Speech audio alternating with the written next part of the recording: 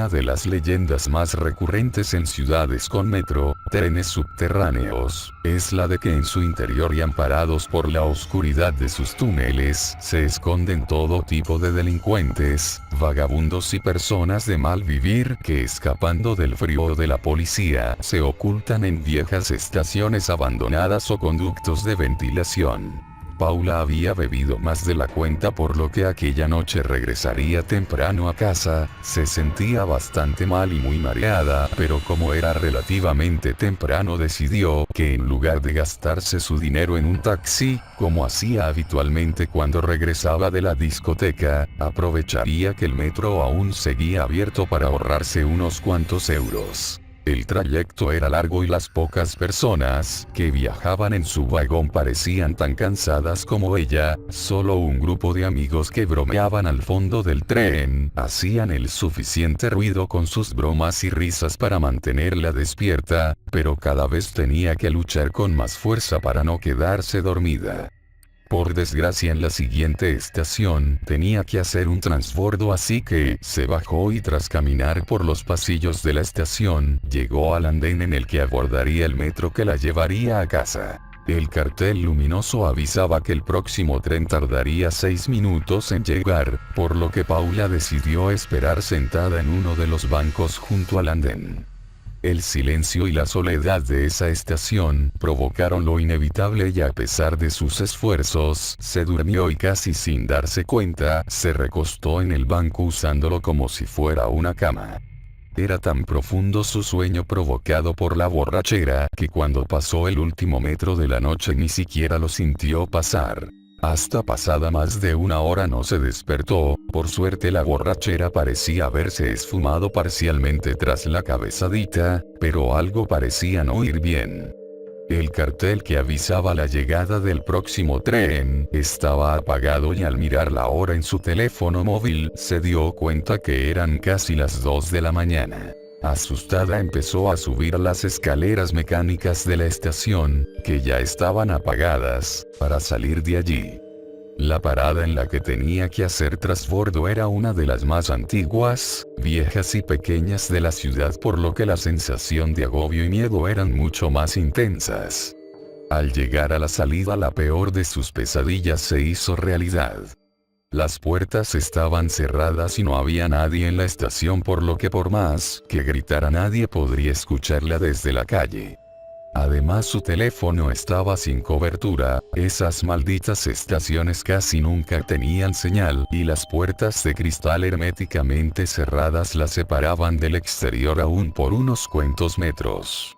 Paula no sabía qué hacer, miraba las cámaras de seguridad y hacía gestos esperando que alguien desde algún puesto de control pudiera verla, pero ella misma sabía que eso era imposible, no había nadie controlando las cámaras porque la estación había sido cerrada desde fuera. ¿Cómo era posible que nadie la despertara?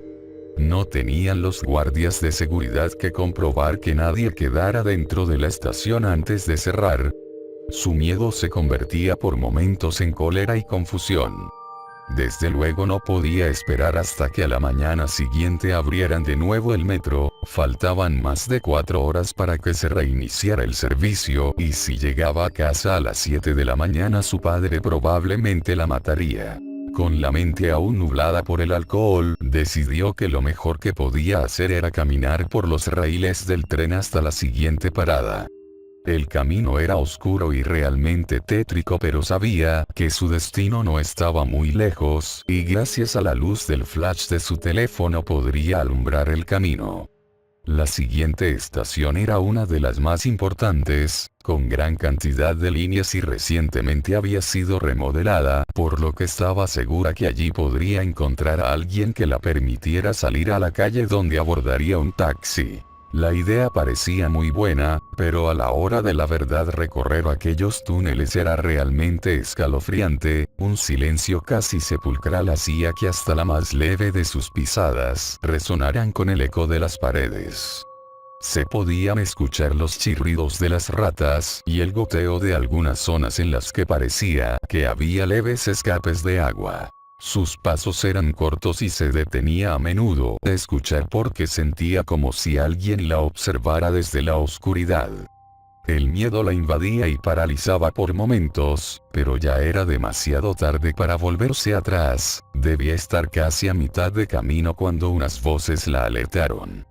Por un momento pensó en gritar para que supieran que estaba allí, pero decidió ser cauta y apagar la luz de su teléfono mientras se escondía en un estrecho pasillo que había en un lateral del túnel. Mientras permanecía escondida y en silencio, pudo ver la figura de dos hombres bastante corpulentos. Sus ojos cada vez se adaptaban más a la escasa iluminación de las luces de emergencia que había cada muchos metros en el túnel.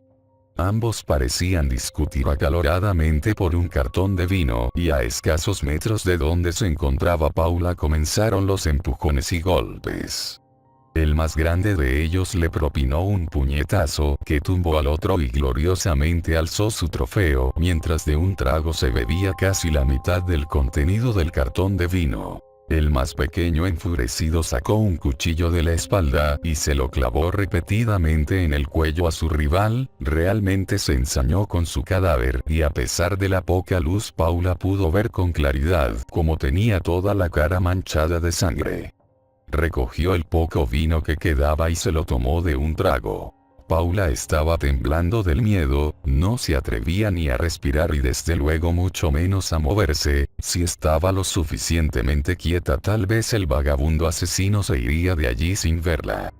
Pero la casualidad no se quiso aliar con ella y justo cuando el asesino se daba la vuelta para marcharse del lugar, la batería de su teléfono la delató. Un incesante pitido advirtiendo que la carga estaba a punto de agotarse comenzó a sonar y el vagabundo se giró de inmediato. ¿Hay alguien ahí? Puedo escucharte, sal inmediatamente o te rajo. La pobre chica se quedó petrificada y no sabía cómo actuar mientras el asesino se acercaba a ella. Por instinto decidió tirarle el teléfono con tan mala puntería que este pasó por encima del vagabundo y golpeó la pared del fondo. Él, que todavía no había visto a la chica, escuchó un ruido a sus espaldas y se giró, momento que aprovechó Paula para salir de la oscuridad y empujarle a la vez que salía corriendo. El vagabundo enfureció de tal manera que no dejaba de gritar e insultar a Paula, se levantó y comenzó a perseguirla por los túneles. Ella no era una buena deportista, pero el miedo se apoderó de sus piernas y le dio fuerza para correr dejando atrás los zapatos de medio tacón que llevaba aquella noche. Sus pies se ensangrentaron mientras corría sobre la gravilla y guijarros del suelo de túnel.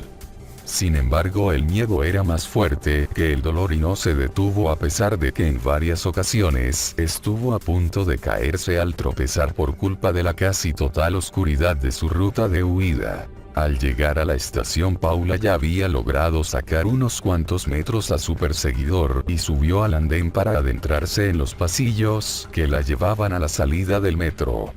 A sus piernas empezaban a fallarle las fuerzas, pero no se podía parar a descansar, así que casi extenuada, subió el último tramo de escaleras. Lo que vio allí la heló la sangre. La estación estaba al igual que la anterior, cerrada y no parecía haber nadie. Comenzó a gritar desesperada, a gesticular a las cámaras y golpear las puertas.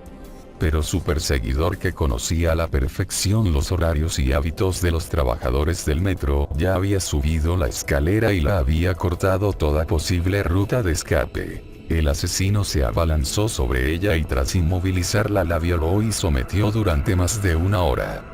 Cuando había saciado todos sus apetitos sexuales, sacó de nuevo el oxidado y ensangrentado cuchillo con el que había matado al otro vagabundo y se lo hundió repetidamente en el pecho hasta que Paula dejó de patalear y murió con una horrible expresión de terror en su rostro. Al día siguiente los trabajadores se encontraron con un surco de sangre que se perdía en la profundidad del túnel. Asustados deciden revisar las cintas de vídeo que grabaron esa noche y pudieron observar la desgarradora escena de la violación y asesinato y cómo el vagabundo arrastraba el cuerpo de Paula, dejándolo caer escaleras abajo para de nuevo arrastrarlo hasta la oscuridad de las vías del tren. La policía localizó los dos cuerpos, pero no encontraron ni rastro del asesino, del cual se dice que todavía utiliza los túneles del subterráneo para esconderse de noche.